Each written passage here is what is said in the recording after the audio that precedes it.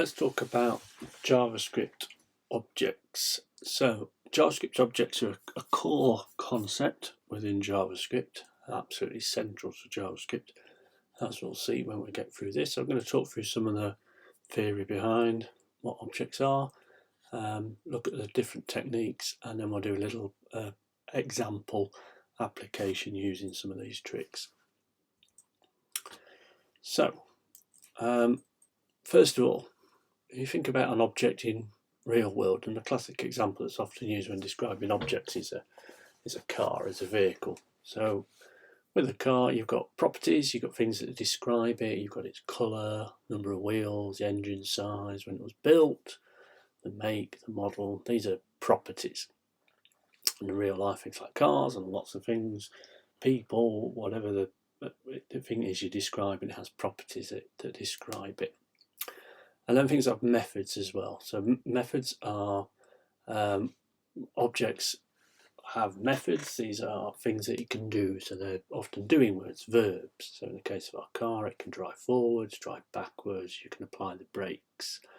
And JavaScript objects have both properties and methods. And these terms you'll hear a lot when you read around and watch videos and people talking about JavaScript. So my videos talk a lot about different properties and methods as you go through different concepts.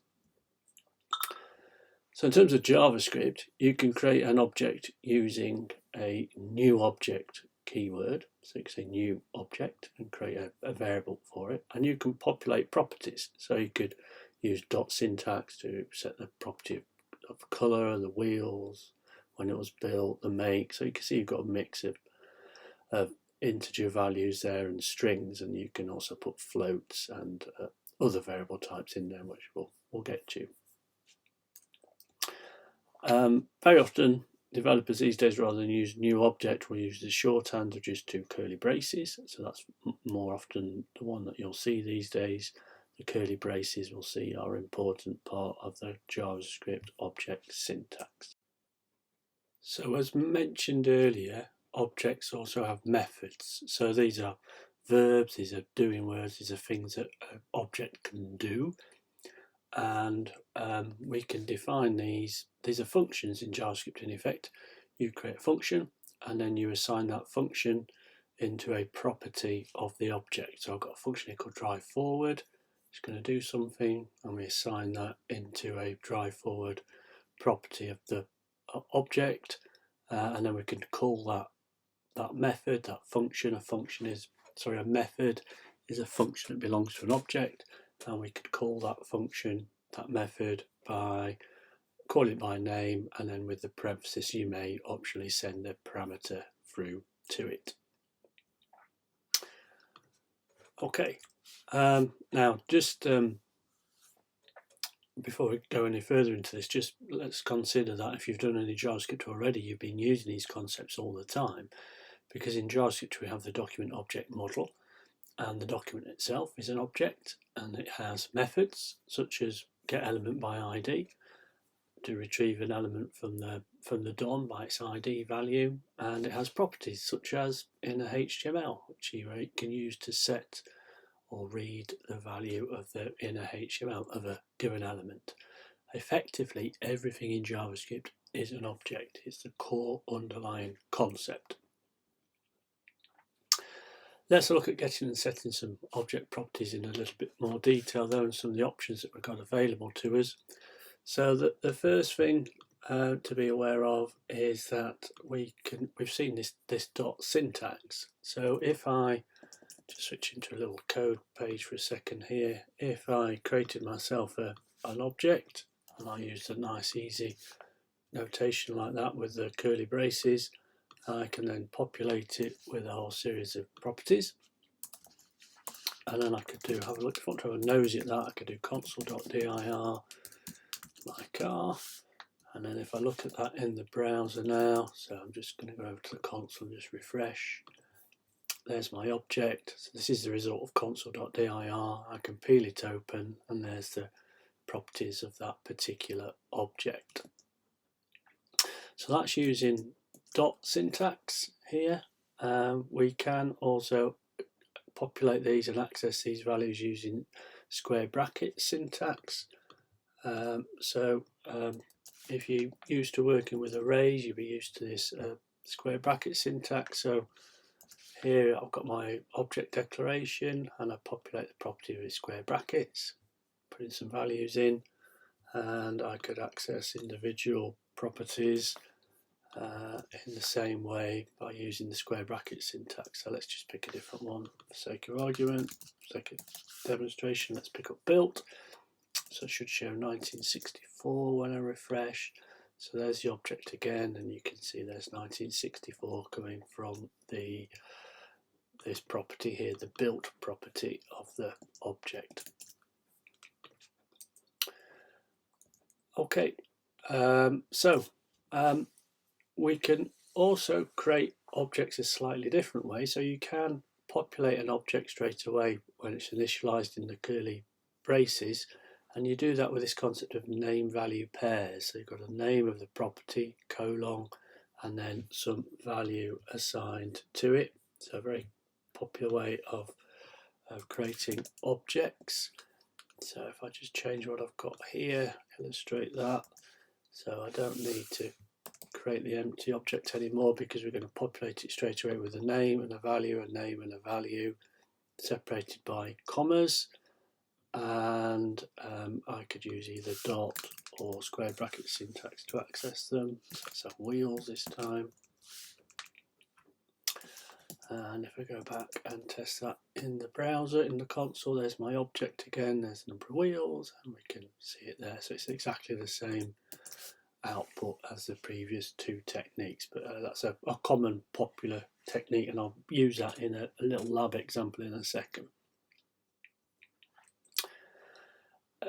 If you're using the object initializers, you can also create functions, and what we do is we assign to a property a function.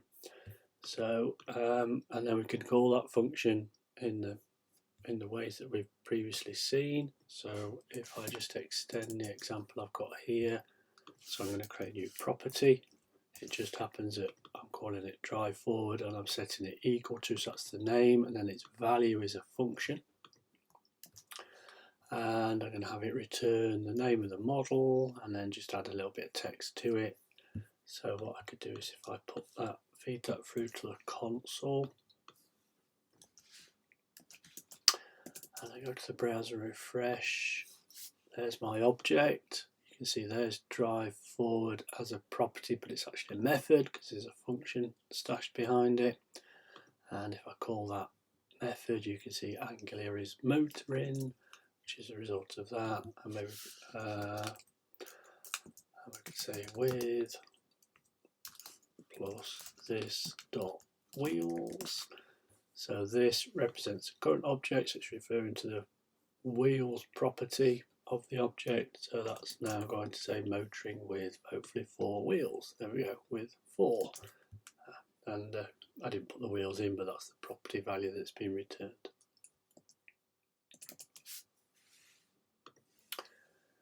There is also a constructor function way of creating objects as well. So you can create a function, in this case called car. You can feed in a number of parameters, your model, color, etc., to then populate the properties of that function. And this is going to create an object that I could then initiate by saying new car and feed those values in, and that would create an object in the same way. Let's just show you that example.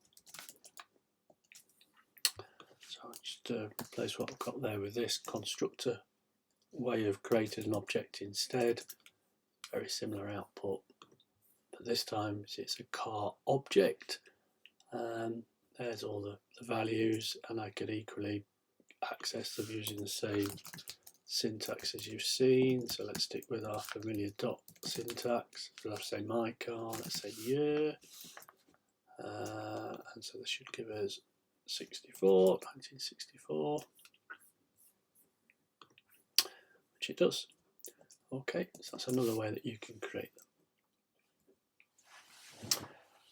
them. Now, a popular thing that we can do with objects is that we can start putting more complex data in, because the property can actually have a value which is another object. So in this example, I create an object called my car. I give it properties of make and model, but I'm also giving it a property of extras, and I don't know how many extras I'm going to have for any particular car. So I've put this in as an extra object where I can have boolean for the radio, and then some extra values inside of there. So let's show you what that would look like in the browser. So I'll put that into my little code snippet file here, and then we'll test that in the browser. So again, I've got an object, and you can see there's the extras, and the extras consists of even some properties. So to access those, as you might have seen there, I can say mycar.extras.furrydice to get this value here. So this is a handy way of putting more complex data into an object. You can nest objects within it properties.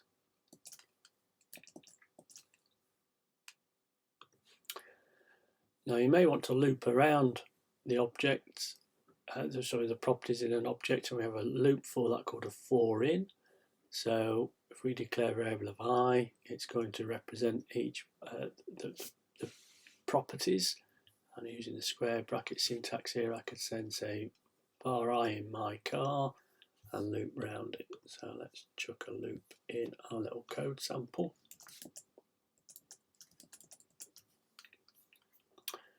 So I'll put this inside of here. Let's get rid of this console for now and go back and refresh. So there's all the properties listed one by one. Another commonly used technique is an array of objects. So this is where you have a standard JavaScript array as dictated by or set up by the square brackets here. And then notice that each of the items in the array is an object. So we can store lots of data in there. This is useful because we can loop around arrays, easy to manipulate. So we can have multiple objects, kind of like rows in an Excel spreadsheet. So let's show you what that would look like. So I shall replace what I've got here with this now. So I've got a variable here which is an array. It's got multiple objects in it, and we have a handy little loop for this. So we have a forEach which you can use with an array. It's going to call this function for each element in the array, each item in the array. And because these are objects, we could then access the make and the model for each one of those as we loop around them. So let's slot this into this example, give this a test, and what we should end up with is all of the we've got other stuff going on there. No, so we've got the make and the model, the make and the model, the make and the model, the make and the model, make and the model.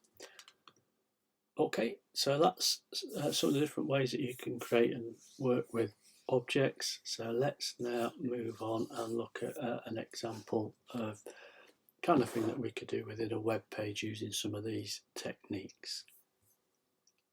So now we've got a little bit of an understanding about objects. Let's see what we could do with them. So I've got a little page here. I want to load a JavaScript object in an array of objects to populate a list of staff over here, and then I want to be able to add to that list of staff through this form.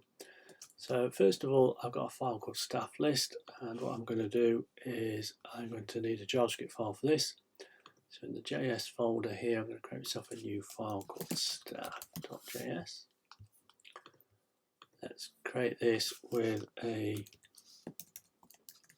immediately invoked function expression. So I'll put parenthesis in and a function, parenthesis in and curly braces, and then parenthesis at the end. So this is where we'll start our code, and we'll end it down here. And let's just put in a marker, make sure it's worked. So console.info hi. And then in my staff list, I'm going to use a technique. You'll find in other videos I talk about different ways to do this, but I'm going to add this script tag in at the end and then reference staff.js.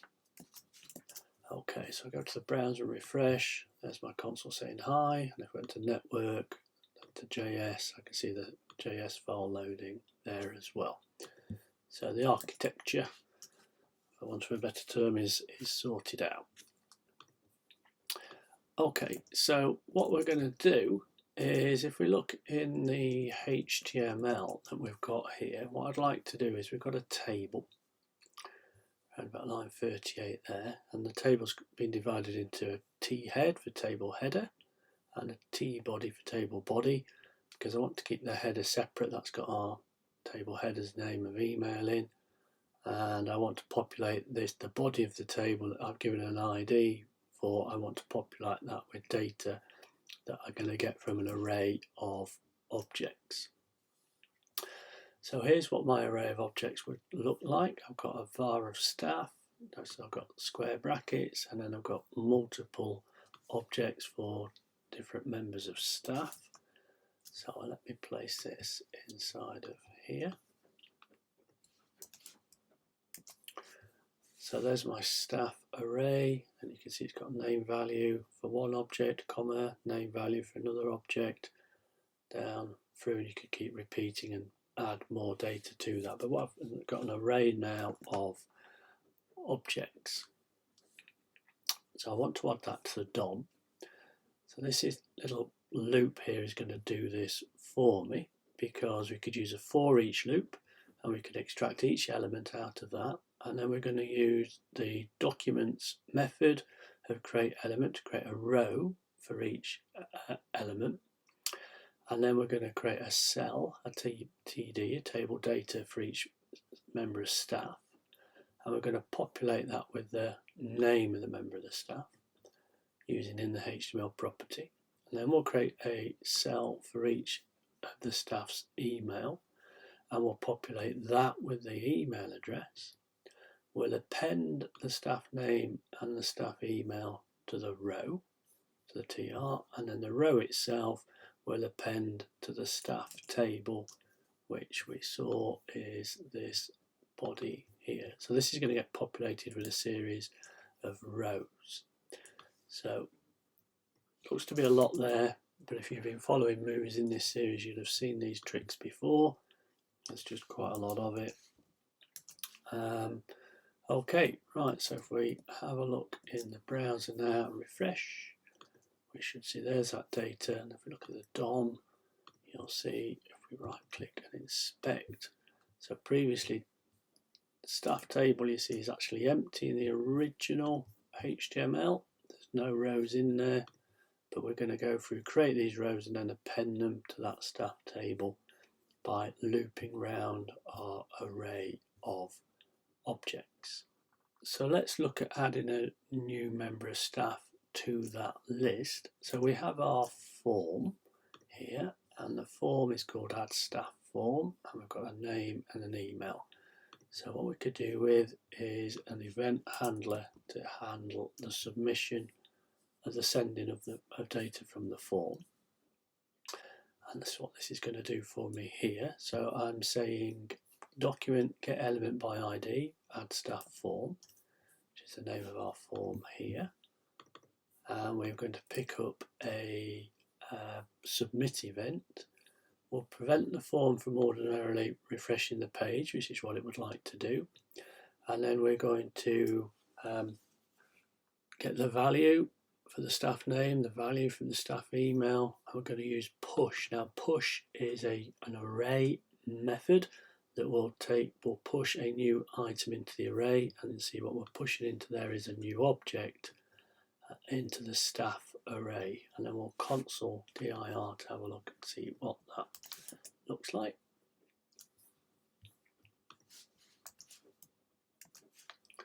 Right, so I'll give that a whirl. It's not going to work perfectly just yet.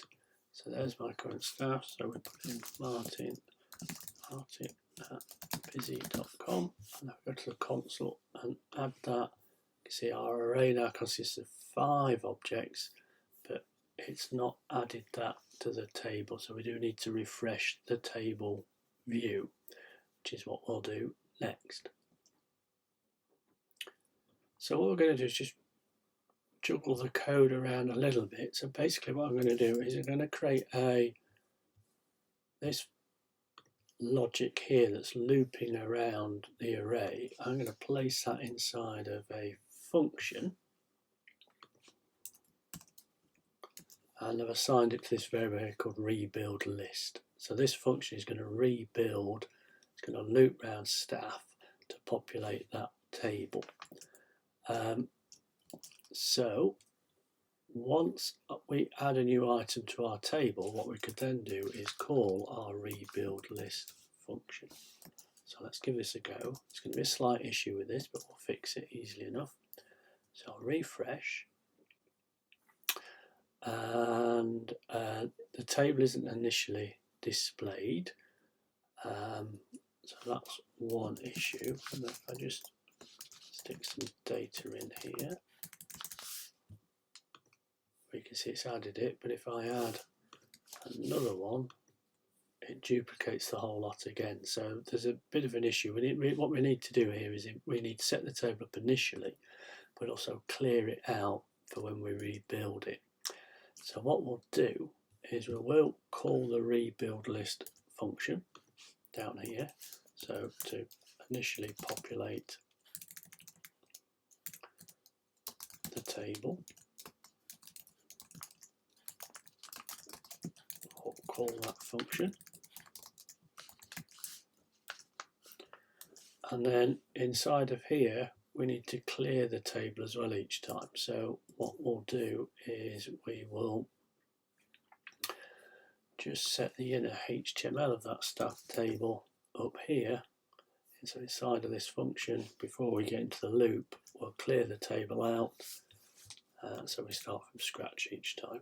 So we're going after the staff table, setting the inner HTML to be an empty string. And so what we should end up with now, if I refresh, it populates the table initially, and if I add a new member of the staff,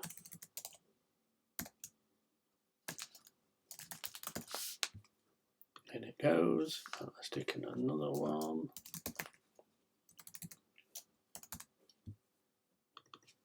Open this time, it just adds them in at the bottom and doesn't duplicate the whole table again, which is what it does. Okay, and we can see our array there has now got 6 objects in. Remember, arrays are indexed from 0. So that's just a little example of the kind of thing that you can do with objects. This would obviously need extending, because you'd need to perhaps have that information come from an external source and to be saving it back to some location as well. Okay, so we'll look at those ideas in later movies.